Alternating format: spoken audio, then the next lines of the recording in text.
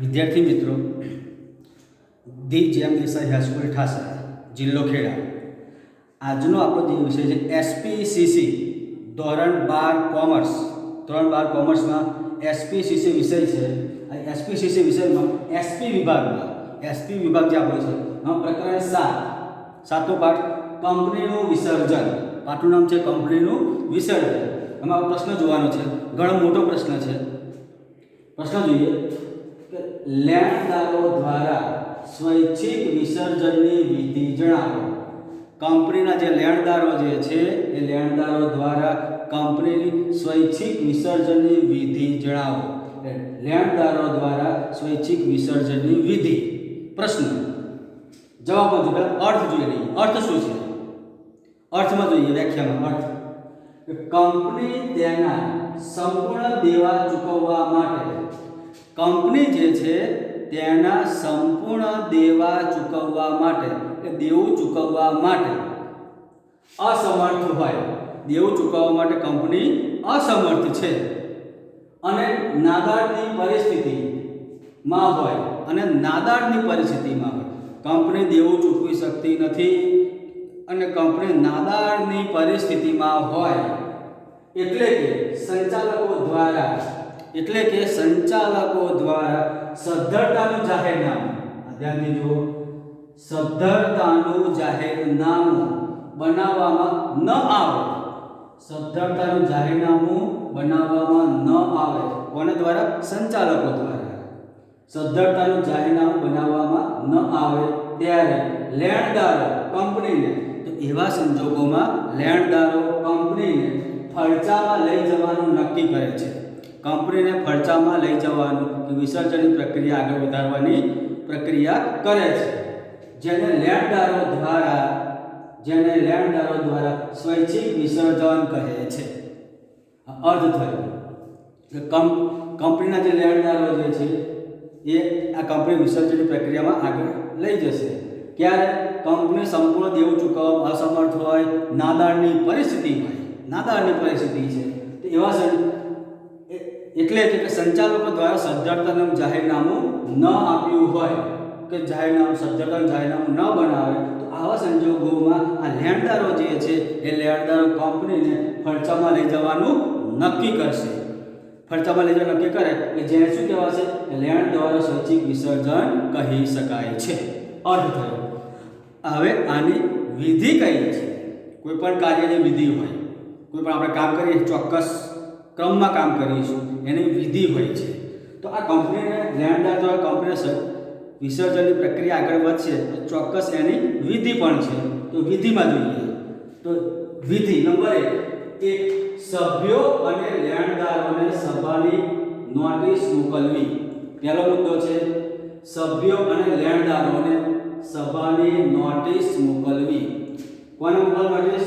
સભ્યો અને લેણદારોને સભાની નોટિસ મોકલવી. એમાં જોઈએ મુદ્દામાં કંપનીને સ્વૈચ્છિક ફરજા અંગેની દરખાસ્ત.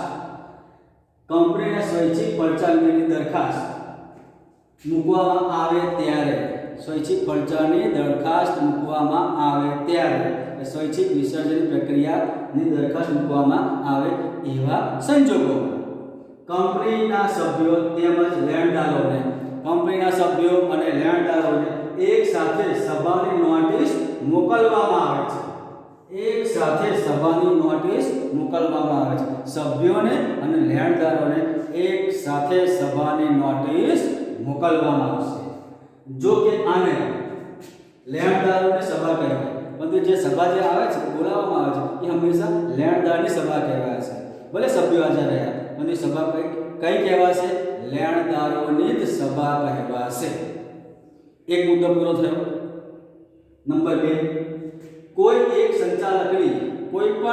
સંચાલકની પ્રમુખ તરીકે નિમણૂક કરવી.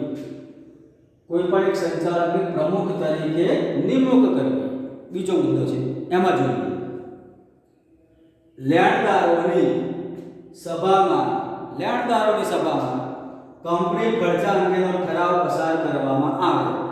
લેણદારોની સભા બોલાવવામાં આવે છે, એમાં કંપનીને ફરજામાં લઈ જવા અંગેનો ઠરાવ પસાર કરવા માટે કંપનીના સંચાલકોમાંથી, આ કંપનીના જે સંચાલકો છે એમાંથી, કંપનીના સંચાલકો ઘણા બધા હશે, બીજા વહીવટ કરનારા તો છે, સંચાલકો તો છે, તો એ સંચાલકોમાંથી એક સંચાલકની, સમગ્ર સંચાલકોમાંથી કોઈ પણ એક સંચાલકની પ્રમુખ તરીકે, કોઈ પણ એક સંચાલકની પ્રમુખ તરીકે નિમણૂક કરવામાં આવે છે.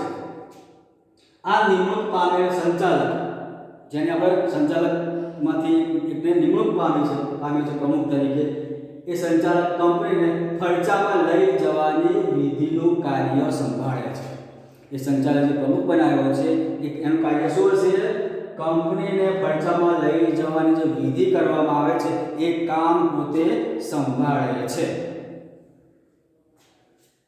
આ નંબર 3 ત્રીજો મુદ્દો, કંપનીને ખર્ચામાં લઈ જવાનો ઠરાવ પસાર કરવો. હવે કંપનીને ખર્ચામાં લઈ જવાનો ઠરાવ પસાર કરવો, ઠરાવ પસાર તો કરવો પડશે, એટલે સભ્યોની મંજૂરીથી ઠરાવ પસાર કરવો પડે.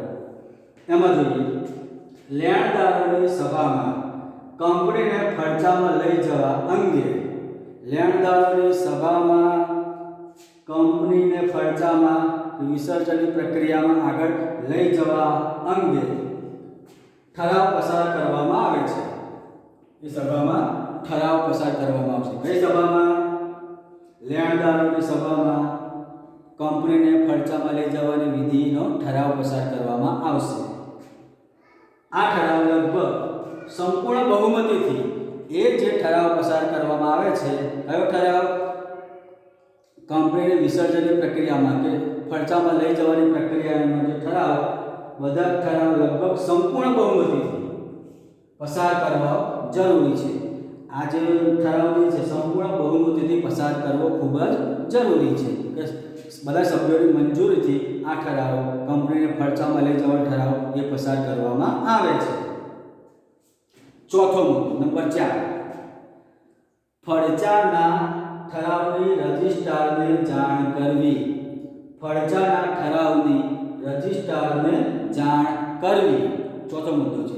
રજિસ્ટ્રાર ઓફિસે જાણ કરવાની વાત થઈ. જવાબ, લેણદારોની સભામાં બહુમતીથી પસાર થયેલા ઠરાવની એક નકલ સાથે નિયત સમયમાં, ઠરાવની એક નકલ ચોક્કસ સમયમાં, એનો ચોક્કસ સમયગાળો હોય એ ચોક્કસ સમયમાં રજિસ્ટ્રારને નોટિસથી જાણ કરવામાં આવે છે. ચોક્કસ સમય મર્યાદામાં એ રજિસ્ટ્રારને ચોક્કસ સમય મર્યાદામાં રજિસ્ટ્રારને નોટિસથી જાણ કરવામાં આવે છે. રજિસ્ટ્રારને જાણ કરવી જરૂરી છે કે અમે કંપનીને ખર્ચા તરફ આગળ લઈ જઈએ છીએ, એટલે રજિસ્ટ્રારને જાણ કરવામાં આવે છે. પાંચમો મુદ્દો, નંબર 5, ખર્ચાની પ્રક્રિયા માટે લિક્વિડેટરની, ધ્યાનથી જુઓ આ મુદ્દો ખાસ, લિક્વિડેટર શબ્દ વારે ઘડી આવશે. હવે કંપનીની પ્રક્રિયા માટે લિક્વિડેટરની નિમણૂક કરવી અને તે અંગે રજિસ્ટ્રારને જાણ કરવી. લિક્વિડેટરની નિમણૂક કરવાની છે અને રજિસ્ટ્રારને જાણ કરવાની છે. મુદ્દો છે. જવાબમાં જોઈએ, કંપની સભ્યો અને લેણદારો, કંપનીના સભ્યો અને લેણદારો તેમની સભામાં ખર્ચાની પ્રક્રિયા માટે, એમની જે સભા ભરાય છે, કઈ કોની? સભ્યોની અને લેણદારોની સભા ભરાય છે, એમાં કંપનીને ખર્ચાની જે પ્રક્રિયા માટે લિક્વિડેટરની, કંપની જે ખર્ચામાં લઈ જવાની છે એના માટે લિક્વિડેટર નિમણૂક કરી શકે છે. એ પોતે લિક્વિડેટરની નિમણૂક કરી શકે છે. જો કે લેણદારો દ્વારા નિમણૂક કરાયેલ વ્યક્તિ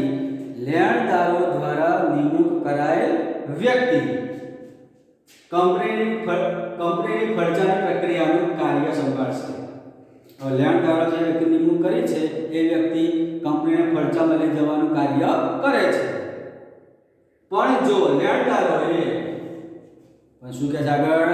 પણ જો લેણદારોએ લિક્વિડેટર નિમણૂક ન કરી હોય, આ જે લેણદારો જે છે એ લેણદારોએ જો લિક્વિડેટરની નિમણૂક ના કરી હોય તો સભ્યોએ, આ લેણદારો કોઈ લિક્વિડેટર નિમણૂક નથી કરી તો સભ્યોએ જે વ્યક્તિની નિમણૂક કરી હોય, સભ્યોએ જે વ્યક્તિની નિમણૂક કરી હોય તે લિક્વિડેટર કંપનીની ખર્ચાની પ્રક્રિયાનું કાર્ય કરે છે.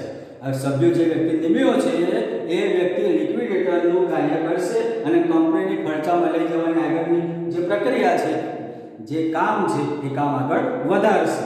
એટલે ખર્ચામાં કઈ રીતે લઈ જવું એ વિધિનું કામ આગળ પોતે એ સંભાળે છે. લિક્વિડેટરની નિમણૂક ધ્યાનથી જુઓ. કંપનીને ખર્ચામાં લઈ જવા માટે ખાસ લિક્વિડેટર નિમણૂક કરવી જોઈએ, કરવામાં આવે છે. તો આ લિક્વિડેટર નિમણૂક કર્યા બાદ હવે લિક્વિડેટર નિમણૂક તો થઈ ગઈ છે. હવે એ પછી તે અંગેની કંપની રજિસ્ટ્રારને ચોક્કસ સમય મર્યાદામાં નોટિસ દ્વારા જાણ કરવામાં આવે છે. હવે લિક્વિડેટર નિમણૂક થઈ ગઈ છે તો એ પછી શું કરવામાં આવશે કે કંપનીની રજિસ્ટર જે ઓફિસ છે, રજિસ્ટર ઓફિસને ચોક્કસ સમય મર્યાદામાં કંપની રજિસ્ટર ઓફિસને ચોક્કસ સમય મર્યાદામાં એ નોટિસ દ્વારા જાણ કરવામાં આવે છે કે આ વ્યક્તિને અમે નિમણૂક લિક્વિડેટર તરીકે નિમણૂક કરેલી છે, એટલા માટે એમને રજિસ્ટર ઓફિસે એની જાણ કરવામાં આવે છે.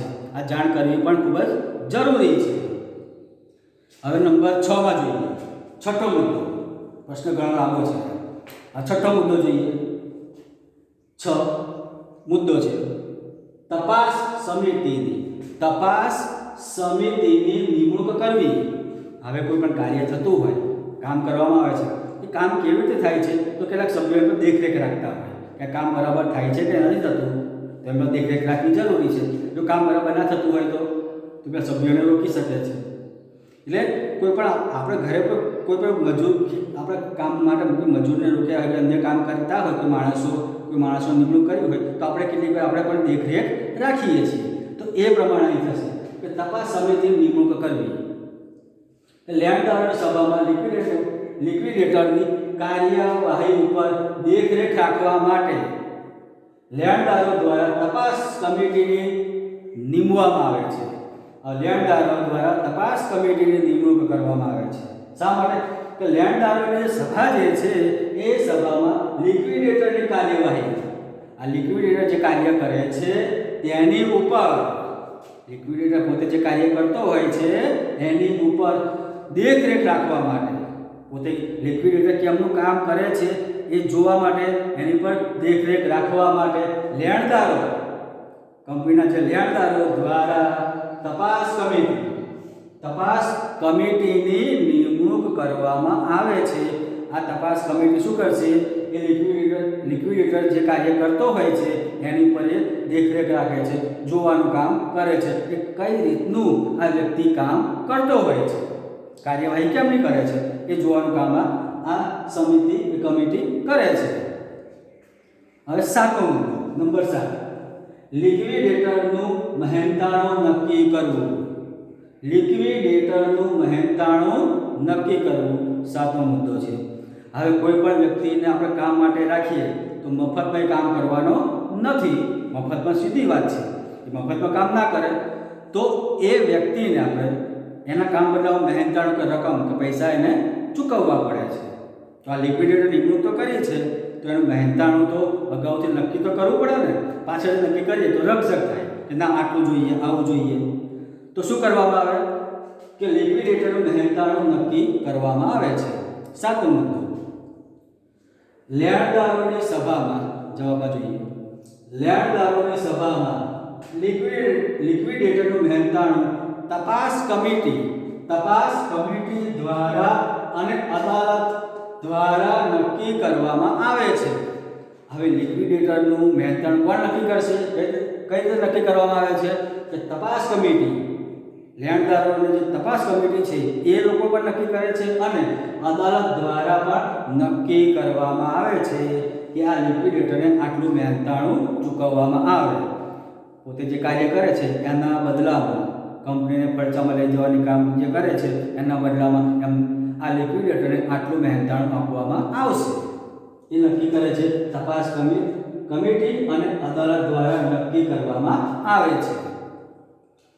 હવે આપણે 8મો મુદ્દો જોઈએ. નંબર 8, સત્તાનો અંત લાવવો.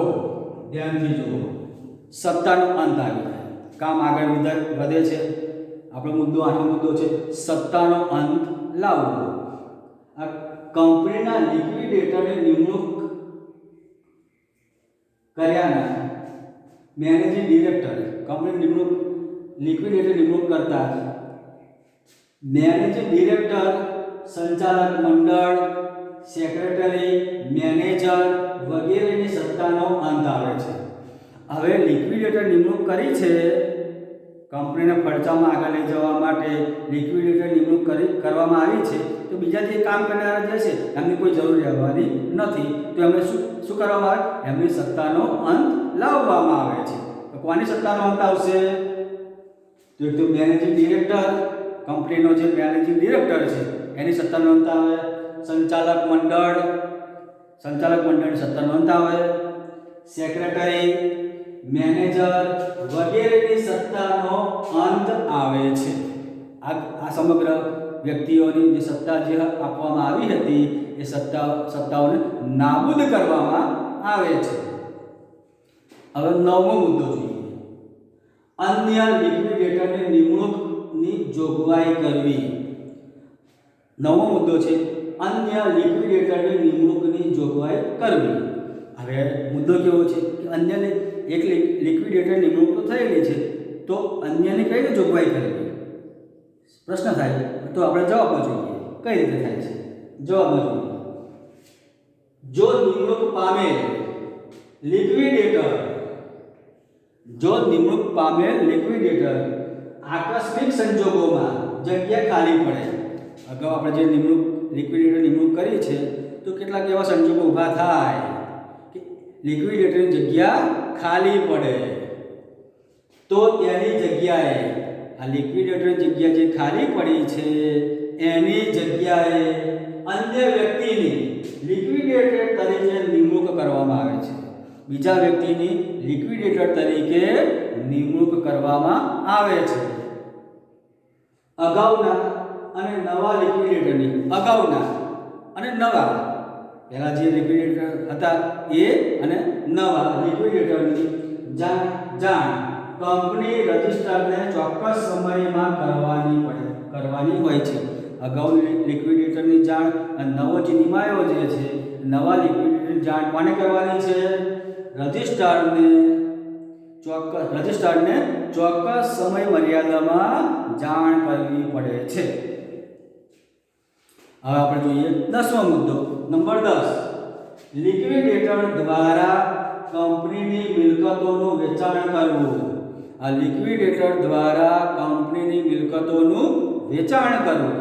કંપની મિલકતો ક્યાં વેચવાની છે? હવે કંપનીનું વિસર્જન થવાનું છે, કંપની બંધ કરવાની હોય તો મિલકતો વેચવી પડે, તો એ મિલકતોનું વેચાણ કરવું. 10મો મુદ્દો છે. હવે જવાબમાં જોઈએ. કંપનીને ફરજામાં લઈ જવાની પ્રક્રિયાના એક ભાગ રૂપે, આ એનો એક ભાગ છે, એ ભાગ રૂપે લિક્વિડેટરની મળેલી સત્તાને આધારે, હવે લિક્વિડેટરની સત્તા આવશે, કંપનીને ફરજામાં લઈ જવાની છે, લિક્વિડેટર નિમણૂક થઈ ગઈ, લિક્વિડેટર નિમણૂક થતાં જ સેક્રેટરીનો પણ સત્તાનો અંત આવશે, મેનેજિંગ ડિરેક્ટરની સત્તાનો અંત આવે છે, સંચાલક મંડળની સત્તાનો અંત આવશે. તો કોની સત્તા આવશે? હવે તો લિક્વિડેટરની સત્તા આપવામાં આવે છે. કોને આપવામાં આવશે? લિક્વિડેટરની સત્તાને આધારે તે કંપનીની તમામ મિલકતોનું, આ વ્યક્તિ કંપનીની તમામ મિલકતોનું વેચાણ કરી શકે છે. કંપનીની જે મિલકતો જે છે એ મિલકતોનું એ વેચાણ કરી શકશે. કેમ? એને સત્તા આપવામાં આવી છે. લેણદારો દ્વારા વિચાર કર્યું છે કે પૈસાની જરૂર હોય એ મિલકતો વેચવાની હોય. હરાજી દ્વારા સભ્યો તેમજ લેણદારો ધ્યાનમાં રાખી એ મિલકતની સારી કિંમત મળે તે અનુસાર કરે છે. આ લેણદારો અને સભ્યોને ધ્યાનમાં રાખી એ જે મિલકતો જે છે એ મિલકતો સારી કિંમત મળવી જોઈએ, યોગ્ય કિંમત મળે એ પ્રમાણે કાર્ય કરતા હોય છે. હવે 11મો મુદ્દો જોઈએ. 11મો શું છે? લેણદારોની સામાન્ય સભા બોલાવવી. 11મો મુદ્દો જુઓ. કે લેણદારોની સામાન્ય સભા બોલાવવી. વિસર્જન પ્રક્રિયાનું કામ પણ કરે છે કે લેણદારો દ્વારા થતું હોય છે. પ્રશ્નમાં આપણે જોયું છે. તો આ મુદ્દો જે આપણો પણ એ છે કે લેણદારોની સામાન્ય સભા બોલાવવી. એમાં જોઈએ, જો પરચાની પ્રક્રિયા 1 વર્ષ કરતાં વધુ સમય માટે, કે જો આ ખર્ચાની જે પ્રક્રિયા જે છે, પ્રક્રિયા ચાલુ થઈ ગઈ છે પરંતુ કેટલીક વાર સમય વધારે જતો રહે.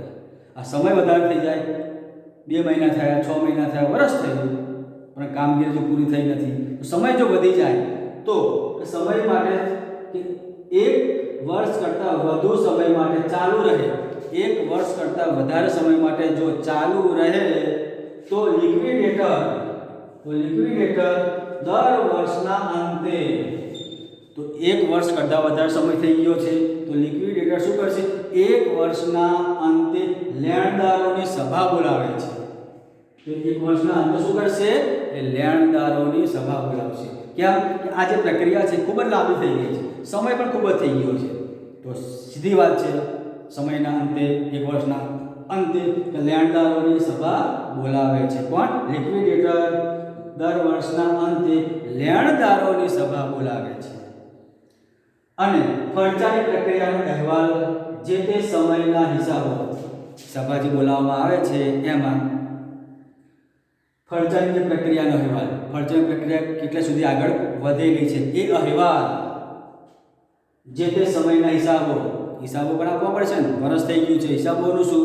એટલે હિસાબો પણ આપવા પડશે. હિસાબો તેમજ બાકી રહેલ કામકાજનો અહેવાલ લેણદારોને આપે છે. હવે પછી કેટલું કામકાજ બાકી રહ્યું છે, આ સમગ્ર જે અહેવાલ એ લેણદારોને આપવામાં આવે છે. કોણ આપશે? લિક્વિડેટર આપે છે. કે વર્ષ થઈ ગયું છે, આ વર્ષના અંતે સમય લાંબો થઈ ગયો તો વર્ષના અંતે શું કરવામાં આવે? લેણદારો સભા બોલાવશે. આ સભામાં હિસાબો પણ આપશે. હવે પછીનું કામગીરી કેટલી બાકી છે એ સમગ્ર માહિતી એ લેણદારોને આપવામાં આવે છે. 12મો મુદ્દો, નંબર 12, વિસર્જનના હુકમ માટે ઓફિશિયલ લિક્વિડેટરની ખર્ચાની પ્રક્રિયાનો સંપૂર્ણ અહેવાલ અને હિસાબો મોકલવા. ફરી 12મો મુદ્દો જોઈએ. વિસર્જનના હુકમ માટે, વિસર્જનનો હુકમ કરવાનો છે આપણે કે આ વિસર્જનની પ્રક્રિયા પૂરી થઈ ગઈ, હુકમ દેવાનો આવશે, હુકમ કરી દેવાનો છે. એ મુદ્દો છે. વિસર્જનના હુકમ માટે ઓફિશિયલ જે લિક્વિડેટર છે ની ખર્ચાની પ્રક્રિયાનો સંપૂર્ણ અહેવાલ અને હિસાબ મોકલવા. હવે આ મુદ્દામાં જોઈએ, લેણદારોની અંતિમ સભા બોલાવે છે. લેણદારોની છેલ્લી સભા બોલાવવામાં આવે, સમગ્ર માહિતી આપે છે. સમગ્ર માહિતી એ આપવામાં આવે. અહેવાલ ઓફિશિયલ લિક્વિડેટરને મોકલે છે. સમગ્ર જે અહેવાલ છે ઓફિશિયલ જે લિક્વિડેટર હોય છે એને મોકલવામાં આવે છે. તેમનો મત ટ્રિબ્યુનલને જણાવે છે. સમગ્ર લિક્વિડેટર કે એમનો જે મત હોય એ ટ્રિબ્યુનલ કોર્ટને જણાવવામાં આવે છે. હવે ટ્રિબ્યુનલને જાણ કરવામાં આવે. અહેવાલના તારીખથી, જ્યારથી અહેવાલ મોકલ્યો છે એ તારીખથી કંપનીના વિસર્જનનો હુકમ કરે છે. ટ્રિબ્યુનલ શું કરશે? છેલ્લે એ અહેવાલના તારીખથી કંપનીનું જે વિસર્જનનો હુકમ કરવામાં આવે છે. એટલે કોર્ટ હુકમ કરશે કે કંપનીનું વિસર્જન થયેલું છે. એટલે કોર્ટ દ્વારા હુકમ કરવામાં આવે. એમાં લિક્વિડેટરની કામગીરી ખૂબ જ મહત્વની જોઈએ. લિક્વિડેટરની વાત કરી, કામગીરી ખૂબ જ મહત્વની છે. આ લિક્વિડેટર સંપૂર્ણ જે અહેવાલ, હિસાબ કે કાર્ય પદ્ધતિ એ સંપૂર્ણ ધ્યાનપૂર્વક કરતા હોય છે અને છેલ્લે એ લેણદારોને પણ એને જાણ કરવામાં આવતી હોય છે. આપણો પ્રશ્ન થયો વિદ્યાર્થી મિત્રો, ભલે પ્રશ્ન મોટો થયો પણ ધ્યાનપૂર્વક તમે દરેક પ્રશ્નો ધ્યાનપૂર્વક જોશો તો તે પ્રશ્ન જવાબ તમે ચોક્કસ આવડશે અને સમજણ પણ પડશે.